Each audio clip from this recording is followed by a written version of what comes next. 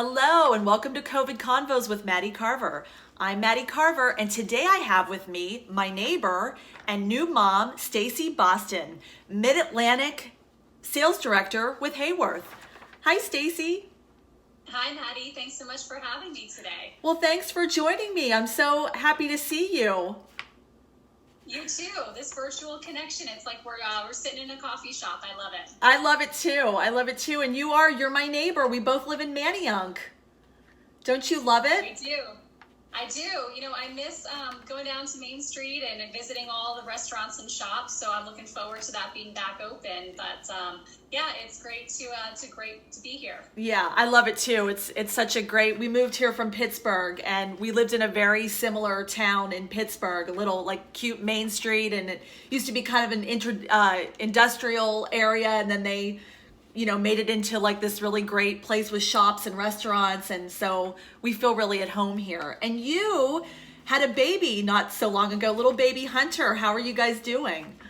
We're doing great. So he's about 7.5 months old now, learning to crawl. He's got a couple teeth coming in. So it's been, sort of a blessing in disguise to be able to be home with him, still working full time. And my husband is able to focus on daddy daycare because the type of work that he does, he's able to do that. So we're having a lot of fun. Oh, I'm ready to go back though. Yeah, aren't we all? I think we're all kind of chomping at the bit to get back to work, which is a great kind of segue into what I want to talk to you about. I really want to focus on our conversation today, kind of focus on getting folks back to work. And I think that's really the topic of the day right now. I know that, you don't have a magic wand or any sort of a crystal ball, and all of these conversations and questions are kind of tough for all of us right now. But what are your feelings on going back to work? How do you think we can start to make our workplaces safe, but also give people the feeling of safety that they want to come back? Yeah, we've had a lot of conversations around this, and Haworth has been spending a lot of time really kind of focusing and coming up with their point of view. The biggest thing is we're really not calling it, return to work, because we're all still working. We're working from home, we're working virtually, so we're really looking at this as return to the workplace. Right. And kind of thinking about it in 3 different buckets. So you have your employee well-being. And that's really supporting people's physical and psychological health. And a lot of this we were doing before. So it's, still having access to daylight, access to retreat spaces, outdoor spaces. All of that is going to be really, really important. But also preserving the organizational culture. I think that's a really big piece of how we successfully transition back to the workplace. And that's going to come from really transforming the entire floor plate. So looking at the entire space down to the individual work point. There's a lot of conversations around orientation, density, materiality. So which way people are facing in their workstations, how many people are in that workstation cluster, and the materials used. So are we switching out fabric for more cleanable surfaces like laminates or coated fabrics? But I think really, companies have to do a lot of planning ahead of time to think about who's crucial to go back to the workplace, who can maybe stay working remotely in the short term as we start to phase people back in. And then I see a lot of protocols that are really going to be developed. So protocols for cleaning. It used to be that, cleaning was done after hours. We didn't want to see, cleaning people. And now I think it's going to be a little bit more celebrated. So maybe that's happening during the day. Maybe there's placards that are going to be going up saying this space has been cleaned, or just at least letting people know what is being done to clean the space. Certainly wearing masks, I think, is going to be a big trend we'll see. Screening for temperatures. Maybe employees are going to be bringing more stuff from home, so supplies or food that they typically had from the office. And then some changes to what those amenity spaces look like, the cafes, the social spaces, and even things like changing circulation paths like we're seeing in supermarkets. I think all of that is going to be happening. And we've been having a lot of conversations with our customers, because every office every organization and every department within an organization is sort of different. So we've been spending a lot of time helping customers figure out what the right solution is for their space. Great. So I think a big part of all of that is, trying to put an emphasis on collaboration. And how do we, maintain that? How do we put an emphasis on that when there's such an emphasis on social distancing? Collaboration is so key for innovation. How do we make people feel comfortable to continue to collaborate? Yeah, I mean, it's crucial for innovation. And I think some might even argue, if we can't get people together to collaborate, then what's the point of returning to the workplace anyway? I've heard some customers, really asking that. So I found it pretty interesting that the CEO of Goldman Sachs had said if he was asked a year ago if 92 or 96% of his workforce would be working remotely, he would have said absolutely no way, it would never work. But here it is working. So I think a lot of companies are really going to start to rethink about the ways that they have been working and ways that they can continue to work in the future. I think that the virtual work environment is going to certainly be around in the short term and maybe even into the long term. And companies have realized that collaboration might not always mean sitting side by side to collaborate. But I think within the workplace, we'll see some quick shifts. So, maybe taking a conference room and removing the doors so that you get better airflow. It's a touchless entry. You don't have to touch those doors to go in. Maybe it's removing from, a 12-person room to a 4-person room. So removing some of that seating. I think maybe taking some of those unassigned areas and reassigning them maybe more to a team environment that does need to collaborate on a regular basis, but really just looking at how companies take their entire floor plates and safely reorientate people so that they can collaborate, but at a safe distance. So keeping that 6 feet, but still able to keep that visual connectivity.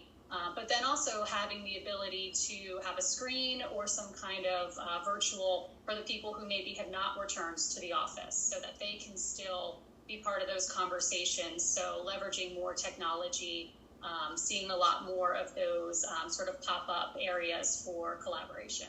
So maybe it could look like a mix of technology and in-person meetings where they're, maybe it's a little bit of we're implementing both.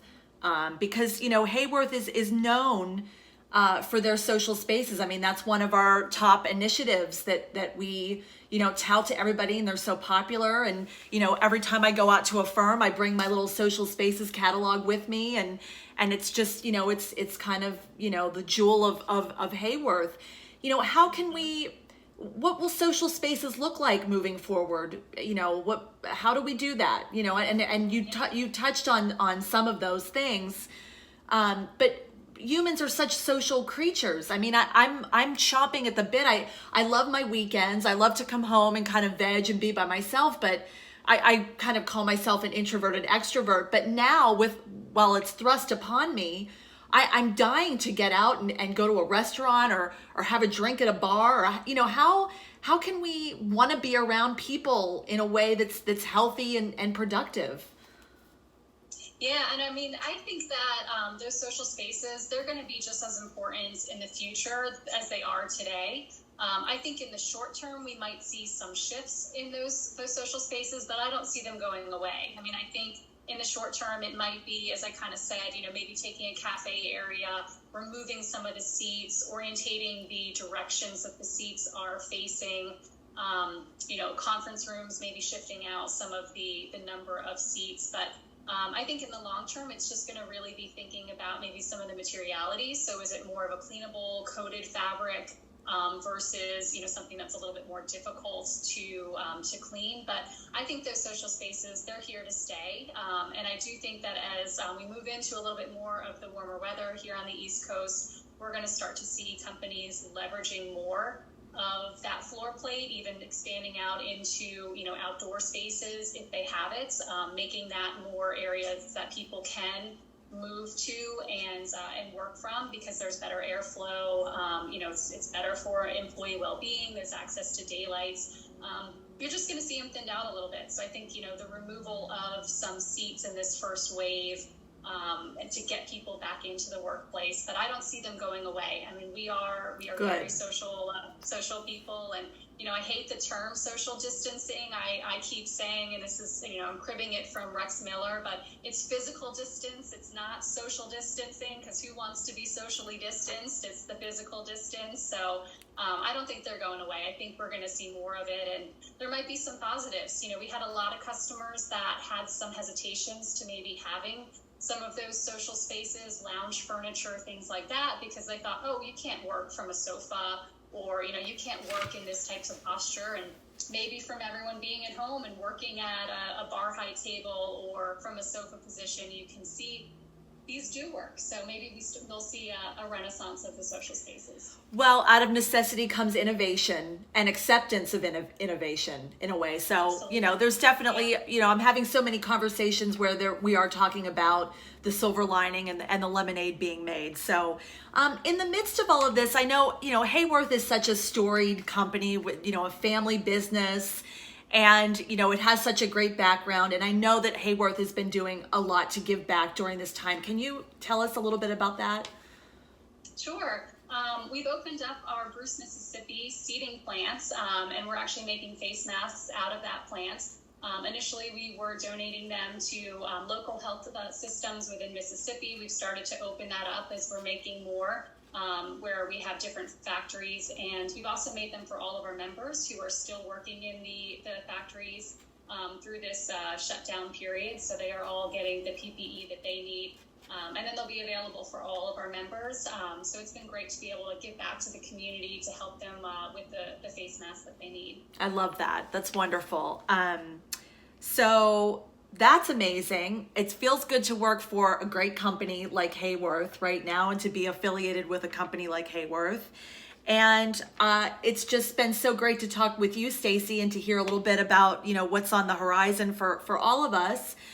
But now I've come to the most important part of my COVID convos is what books, shows, movies are you binging? And what music or song can you suggest for my quarantine playlist? I have to say, one song that has been bringing me a lot of joy recently is a little bit of an older song that I've rewritten the lyrics for. So if you're familiar with the song "My House" by Flo Rida, yes, I highly recommend getting that for your playlist. But rewrite the words from "My House" to "Quarantined in My House." And I love that. A little bit That's really cute. So that's been my theme song recently. I love that. Let's see, some shows that I've been binging on. If you haven't seen or started the Silicon Valley series, I would highly recommend it. It brings a little bit of comedy relief right now. It's certainly a specific type of humor, but at least you can appreciate some of these beautiful spaces that these tech companies are working in. You'll even see a few Haworth chairs in there, here and there. Ooh, I love it. It's been a great one. And let's see, in terms of books, so I follow the Reese Witherspoon book club, yes, which I highly recommend. And so recently I finished a couple of hers. The Scent Keeper I just finished, and I just started The Jet Setters. So I'm reading that one now, but she's got some great ones on there. Some of my favorites from her, well, she didn't write them, but she recommended, is Daisy Jones and the Six, Where the Crawdads Sing, and The Alice Network. I would highly recommend those. You know what, I'm getting, just from like a very selfish standpoint, I am getting the best recommendations, and I have been so thoroughly entertained through this whole quarantine process. So share them. I'm always looking for more recommendations. I'm going to put out a master list when all of this is when I've done a lot of more of these videos. But absolutely. Stacey, you have been a delight. Thank you so much for all of your great information. I really appreciate you joining me, and I know that we'll see each other in Manayunk at one of the restaurants having a glass of wine very, very soon. Well, I can't wait to give you an elbow bump when I see you Yes. next time. Absolutely. Thanks for having me. This has been a lot of fun, and I appreciate it. Thanks so much, Stacey. We'll see you soon. Okay, sounds good. Thanks, Maddie. Bye-bye.